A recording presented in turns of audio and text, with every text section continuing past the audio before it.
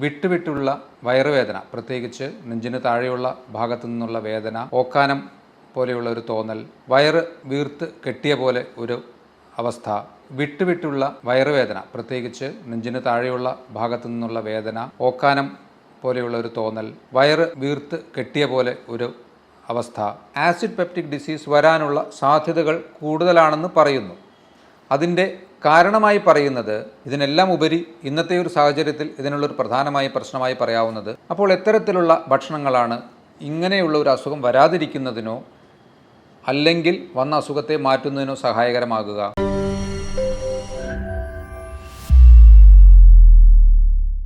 Hello friends, ഞാൻ doctor Abhiram.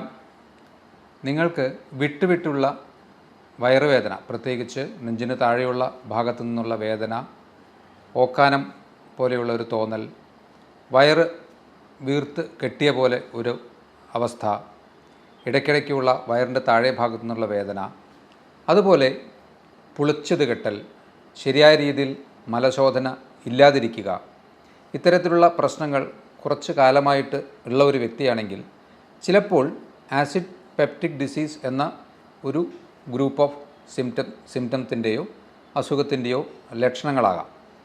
ഈ acid peptic disease എന്ന് പറയുമ്പോൾ അതിൽ പ്രധാനമായും രണ്ട് തരത്തിലുള്ള അൾസേഴ്സ്, ഒന്ന് നമ്മുടെ ആമാശയത്തിൽ വരാവുന്ന വ്രണങ്ങൾ, അതുപോലെ തന്നെ കുടലിൻ്റെ തുടങ്ങുന്ന ഭാഗത്തുള്ള ഡിയോഡിനം എന്ന് പറയുന്ന ഭാഗത്തുള്ള അൾസേഴ്സ്. ഇത് രണ്ടും അതിൽ പ്രധാനപ്പെട്ട രണ്ട് അവസ്ഥകളാണ്.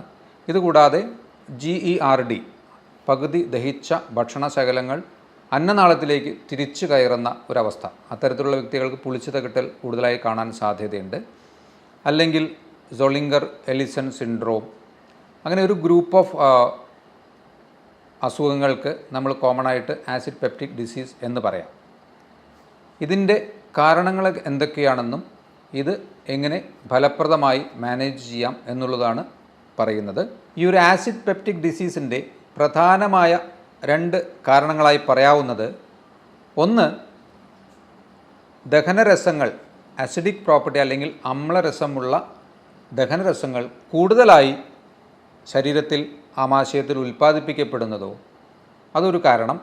അല്ലെങ്കിൽ അസിഡിക് പ്രോപ്പർട്ടിയുള്ള ദഹനരസങ്ങളെ ശരിയായ രീതിയിൽ ആമാശയത്തിലെ ആന്തരിക ചർമ്മത്തിന് ടോളറേറ്റ് ചെയ്യാൻ പറ്റാത്തൊരവസ്ഥ, അതായത് increased acid secretion or diminished mucosal resistance.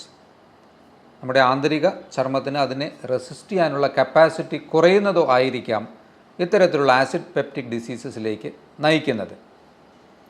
ഇത് എങ്ങനെ ഉണ്ടാകുന്നു എന്ന് നോക്കുകയാണെങ്കിൽ 60 മുതൽ 70% രോഗികൾക്കും, ഇത്തരത്തിലുള്ള രോഗികൾക്കും അതിൻ്റെ പ്രധാന കാരണമായി പറയുന്നത് ഹെലിക്കോബാക്ടർ പൈലോറി എന്ന ഒരു ബാക്ടീരിയയുടെ അമിതമായ പ്രവർത്തനം മൂലമാണ്.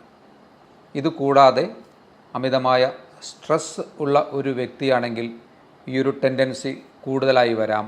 നിങ്ങൾ സ്ഥിരമായി മദ്യപാനമോ സ്മോക്കിങ്ങോ ടുബാക്കോ പുകയില ഉപയോഗിക്കുന്ന ഒരു വ്യക്തിയുമാണെങ്കിലും നിങ്ങൾക്ക് ആസിഡ് പെപ്റ്റിക് ഡിസീസസ് വരാനുള്ള സാധ്യതകൾ കൂടുതലാണ്. ചില ജെനറ്റിക് പ്രിഡിസ്പോസിഷൻ, പാരമ്പര്യപരമായി ഇത്തരത്തിലുള്ള അസുഖങ്ങൾക്ക് ടെൻഡൻസി ചിലർക്ക് കൂടുതലുണ്ടാവാം. അവരിലും ഈ ഒരു അസുഖം പെട്ടെന്ന് കാണാൻ സാധ്യതയുണ്ട്. O ബ്ലഡ് ഗ്രൂപ്പുള്ള വ്യക്തികൾക്ക് ആസിഡ് പെപ്റ്റിക് ഡിസീസ് വരാനുള്ള സാധ്യതകൾ കൂടുതലാണെന്ന് പറയുന്നു. അതിൻ്റെ കാരണമായി പറയുന്നത്, O ബ്ലഡ് ഗ്രൂപ്പിൽ പെട്ട വ്യക്തികളുടെ ശരീരം ഈ ഹെലിക്കോബാക്ടർ പൈലോറി എന്ന ഒരു ബാക്ടീരിയയ്ക്ക് എതിരായിട്ട് കൂടുതലായി ആൻറ്റിബോഡീസ് ഉൽപ്പാദിപ്പിക്കുന്നു. അപ്പോൾ അവിടെ ആ ഒരു ആൻറ്റിജൻ ആൻറ്റിബോഡി റിയാക്ഷനിലൂടെ ഒരു നീർക്കെട്ട് എപ്പോഴും നിലനിൽക്കുന്നത് കൊണ്ട് വ്രണങ്ങൾ വരാനുള്ള സാധ്യത കൂടുതലാണ്. ഇതുകൂടാതെ സ്ഥിരമായി നിങ്ങൾ വേദന സംഹാരികൾ, അതായത് ചിലവർ ചെറിയ കാര്യങ്ങൾക്ക് വരെ സഹിക്കാവുന്ന ഒരു വേദനയ്ക്ക് വരെ വേദന സംഹാരികൾ കഴിക്കുന്ന ശീലമുള്ളവരുണ്ടാകാം. വളരെ ക്രിട്ടിക്കലായിട്ടുള്ള സിറ്റുവേഷൻ ആണെങ്കിൽ തീർച്ചയായിട്ടും കഴിക്കണം. ഡോക്ടേഴ്സ് തന്നെ പലപ്പോഴും വളരെ അത്യാവശ്യമാണെങ്കിലാണല്ലോ വേദന സംഹാരികൾ എഴുതാറുള്ളത്. അതിൻ്റെ കാരണങ്ങൾ ഒന്ന് ഇത്തരത്തിലുള്ള വയറിനകത്ത് വ്രണങ്ങൾ രൂപപ്പെടുമെന്നുള്ളതും പിന്നെ നമ്മുടെ മറ്റ് അവയവങ്ങൾക്കും അത് ഡാമേജ് വരുത്തുന്നു എന്നുള്ളത് കൊണ്ടൊക്കെയാണ്. പലരും ഓവർ ദ കൗണ്ടർ മെഡിക്കൽ ഷോപ്പിലൊക്കെ പോയി ചെറിയ ചെറിയ വേദനകൾക്ക് വരെ വേദന സംഹാരികൾ കഴിക്കുന്ന ശീലമുള്ളവരുണ്ടാകാം.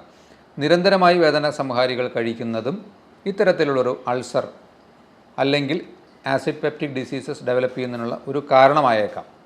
ഇതിനെല്ലാം ഉപരി ഇന്നത്തെ ഒരു സാഹചര്യത്തിൽ ഇതിനുള്ളൊരു പ്രധാനമായ പ്രശ്നമായി പറയാവുന്നത് നമ്മുടെ ഭക്ഷണ രീതി തന്നെയാണ്. ഇത്രയൊക്കെ പ്രശ്നമുണ്ടെങ്കിലും നമ്മൾ ശരിയായ രീതിയിലൊരു ഭക്ഷണം കഴിക്കുകയാണെങ്കിൽ അത് ഒരു പക്ഷേ ഇതിനെല്ലാം കൗണ്ടർ ചെയ്യുന്ന രീതിയിൽ ആ നല്ല ഭക്ഷണം പ്രവർത്തിക്കും. ശരിക്ക് നമ്മുടെ ഇമ്മ്യൂണിറ്റിയുടെ നല്ലൊരു ശതമാനവും ഏകദേശം 70% ഒരു ഇമ്മ്യൂണിറ്റി ഡെവലപ്പ് ചെയ്യുന്നത് നല്ല ഒരു ദഹന വ്യവസ്ഥയിലൂടെയാണ്. അതുകൊണ്ട് ആ ഭക്ഷണം ഏറ്റവും പ്രധാനപ്പെട്ട ഒരു ഫാക്ടറാണ്. അപ്പോൾ ആ ഡയറ്റ് ഉൾപ്പെടെയുള്ള കാര്യങ്ങൾ ഇത്തരത്തിലുള്ള ഒരു അവസ്ഥയിലേക്ക് നയിക്കാം.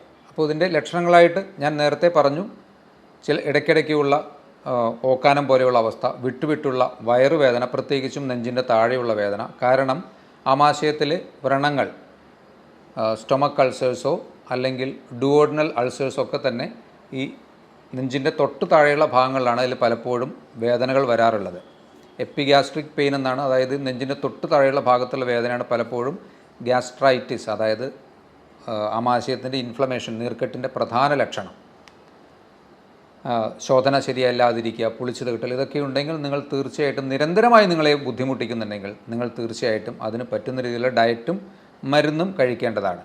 അപ്പോൾ എത്തരത്തിലുള്ള ഭക്ഷണങ്ങളാണ് ഇങ്ങനെയുള്ള ഒരു അസുഖം വരാതിരിക്കുന്നതിനോ അല്ലെങ്കിൽ വന്ന അസുഖത്തെ മാറ്റുന്നതിനോ സഹായകരമാകുക?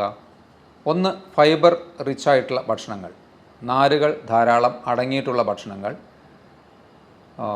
റിഫൈൻഡ് ആയിട്ടുള്ള ഭക്ഷണങ്ങൾ മാക്സിമം ഒഴിവാക്കുക. Refined sugar, refined oil, refined ധാന്യപ്പൊടികൾ, പാക്കറ്റ് പൊടികൾ നിങ്ങൾ വാങ്ങിക്കുന്നതിനേക്കാൾ നിങ്ങൾക്ക് സ്വന്തമായി പൊടിപ്പിച്ച് ഉപയോഗിക്കാനുള്ള ഒരു സോഴ്സ് ഉണ്ടെങ്കിൽ സംശയിക്കേണ്ട, അത് തന്നെയാണ് ഏറ്റവും നല്ലത്. പാക്കറ്റ് ഭക്ഷണങ്ങൾ മാക്സിമം ഒഴിവാക്കുക. ജങ്ക് ഫുഡ് കംപ്ലീറ്റ് ഒഴിവാക്കുക. പ്രോസസ്ഡ് ആയിട്ടുള്ള ഫുഡ്, പാക്കറ്റിൽ വരുന്ന എല്ലാ ഭക്ഷണങ്ങളും, ബേക്കറി ഉൾപ്പെട്ട ഭക്ഷണങ്ങൾ കംപ്ലീറ്റ് ആയിട്ട് ഒഴിവാക്കുക. എരിവ്, പുളി, മസാല എന്നിവയോട് നിങ്ങൾക്ക് പറ്റുന്ന അത്ര കോംപ്രമൈസ് ചെയ്യുക. ഇത്രയും കാര്യങ്ങൾ എടുത്തു പറയാൻ കാരണം, ഒരു അൾസർ ഡെവലപ്പ് ചെയ്ത് കഴിഞ്ഞാൽ നമുക്കത് ക്യൂർ ചെയ്യാൻ കുറേ കൂടി ബുദ്ധിമുട്ടാണ്. നമുക്കറിയാം, വായിലൊരു വ്രണം വരുമ്പോൾ തന്നെ നമുക്ക് എത്രത്തോളം ബുദ്ധിമുട്ടുണ്ട്. പക്ഷെ വായിലൊരു വ്രണം വന്നു കഴിഞ്ഞാൽ, നമുക്ക് ഒരു സൈഡിൽ വന്നു കഴിഞ്ഞാൽ അതിൽ തട്ടാതെ നമുക്ക് ഒരു ജ്യൂസ് രൂപത്തിൽ കുടിക്കാനോ അല്ലെങ്കിൽ മറ്റേ ഭാഗത്ത് ഭക്ഷണം ചവയ്ക്കാനോ ഒക്കെ തന്നെ പറ്റും. എന്നാൽ ഈ ഭക്ഷണം എല്ലാം ശരീരത്തിനകത്ത് ആമാശയത്തിൽ എത്തുമ്പോൾ അത് നിരന്തരമായി ആ ഒരു വ്രണവുമായി സമ്പർക്കം വരുന്നു എന്നുള്ളതാണ്. അതുകൊണ്ട് ആ ഒരു അൾസർ ഫോമേഷന് മുന്നേ തന്നെ നിങ്ങൾക്ക് അതിനെ കറക്റ്റ് ചെയ്യാൻ പറ്റുമെങ്കിൽ ഏറ്റവും ബെസ്റ്റാണ്. അൾസർ വന്നു കഴിഞ്ഞാൽ പലപ്പോഴും അത് പൊട്ടുന്നതിലേക്കോ ബ്ലീഡ് ചെയ്യുന്നതിലേക്കോ ഒക്കെ തന്നെ ടെൻഡൻസി ഉണ്ടാകാം. അപൂർവമായി ചിലപ്പോൾ അത് മറ്റ് മാരകമായ ക്യാൻസർ ഉൾപ്പെടെയുള്ള അവസ്ഥകളിലേക്കും ചിലപ്പോൾ പോകാറുണ്ട്. അതുകൊണ്ട് നിങ്ങൾക്ക് മിനിമലായിട്ടുള്ള പുളിച്ചു തേട്ടൽ പോലെയോ നെഞ്ചരിച്ചിൽ പോലെയോ ചെറിയ വേദനകൾ പോലെയോ ഒക്കെ വരുന്ന ഒരു വ്യക്തിയാണെങ്കിൽ പെട്ടെന്ന് തന്നെ ഭക്ഷണത്തിൽ കൃത്യമായ ശ്രദ്ധ ഇപ്പോഴേ സ്റ്റാർട്ട് ചെയ്യുക.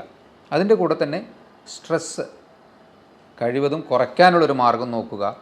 കൃത്യമായ ഉറക്കം കിട്ടുന്ന ഒരു ജോലി പാറ്റേൺ അതിലേക്ക് പോവുക. പ്രത്യേകിച്ച് ഇപ്പോൾ നമുക്കറിയാം, ഇത് കൂടുതലായിട്ടും ഇത്തരത്തിലുള്ള ഈ ഒരു ആസിഡ് പെപ്റ്റിക് ഡിസീസൊക്കെ വരുന്നത് സെഡൻറ്ററി ലൈഫ് സ്റ്റൈൽ, അതായത് ഇരുന്ന് തന്നെ കുറേ രാത്രി ലേറ്റ് നൈറ്റൊക്കെ ജോലി ചെയ്യുന്നവരോ അല്ലെങ്കിൽ ലേറ്റ് നൈറ്റ് ടി വിയെ കാണുന്നവരോ, രാത്രി കിടക്കുന്നതിന് മുന്നേ സ്നാക്സ് ചെറിയ എന്തെങ്കിലും ടി വി കണ്ടുകൊണ്ടിരിക്കുമ്പോൾ തന്നെ എന്തെങ്കിലുമൊക്കെ എടുത്ത് കഴിക്കുക അല്ലെങ്കിൽ ജ്യൂസ് കുടിക്കുക, ഇത്തരത്തിൽ ചെയ്യുന്നവർക്കൊക്കെയാണ് ഇതിൻ്റെ ടെൻഡൻസി കൂടുതലായിട്ട് കാണാറുള്ളത്.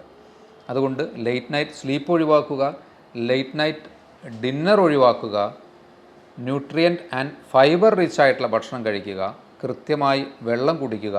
അഡിക്ഷൻസിൽ ടുബാക്കോ, പുകയില, സ്മോക്കിംഗ്, മദ്യപാനം കംപ്ലീറ്റായിട്ട് ഒഴിവാക്കുക. ഇതെല്ലാം ഇത്ര സ്ട്രെസ് ചെയ്ത് പറയാൻ കാരണം, ഞാൻ നേരത്തെ സൂചിപ്പിച്ചതുപോലെ വ്രണങ്ങൾ രൂപപ്പെട്ട് കഴിഞ്ഞാൽ അത് ക്യൂർ ചെയ്യാനുള്ള ബുദ്ധിമുട്ട് കാരണമാണ്. അപ്പോൾ ഇത്രയും കാര്യങ്ങൾ ശ്രദ്ധിച്ചു കഴിഞ്ഞാൽ നിങ്ങൾ ഒരു പാരമ്പര്യപരമായി ഇത്തരത്തിലുള്ള അസുഖം വരാനുള്ള ടെൻഡൻസിയുള്ള വ്യക്തിയാണെങ്കിൽ അതിനെ ഒഴിവാക്കാൻ പറ്റും. ഇതിൻ്റെ തുടക്കത്തിലുള്ള പ്രശ്നങ്ങളാണെങ്കിൽ പെട്ടെന്ന് തന്നെ അതിനെ കറക്റ്റ് ചെയ്യാൻ പറ്റും. ഇത്തരത്തിലുള്ള മറ്റൊരു ഹെൽത്ത് ടോപ്പിക്കുമായി വീണ്ടും കാണാം. ബൈ.